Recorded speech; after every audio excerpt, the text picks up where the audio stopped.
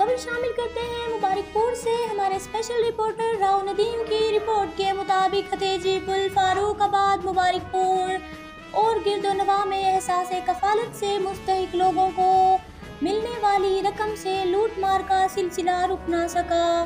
تھانہ نوشہرہ جدید کی حدود پل فاروق آباد ڈیوائس مافیا اسحاق کی سرپرستی میں معاذ موبائل شاپ پر مستحق لوگوں کو ملنے والی امداد رقم پر ڈاکے پل فاروق آباد ختیجی مبارک پور اور گرد و نواح میں ڈیوائس مافیا کے سرگنا اسحاق کی سرپرستی میں مستحق لوگوں کو ملنے والی امدادی رقم سے کٹوتی کا سلسلہ تاحال نہ رک سکا۔